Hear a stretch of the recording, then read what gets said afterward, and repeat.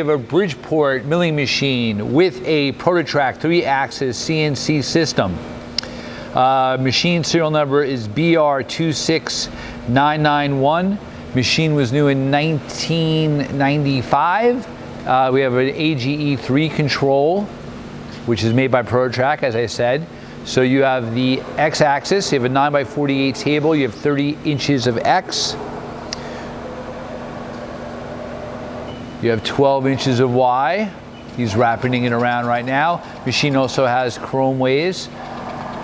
And you have 5 inches of Z travel. And that's your Z going up.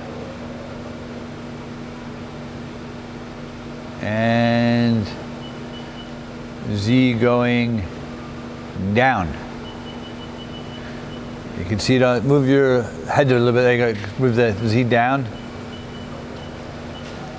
The Z going up.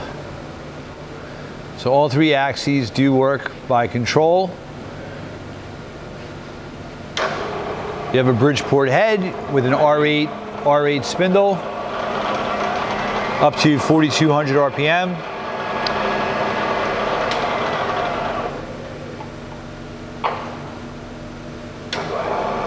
That's the low gear.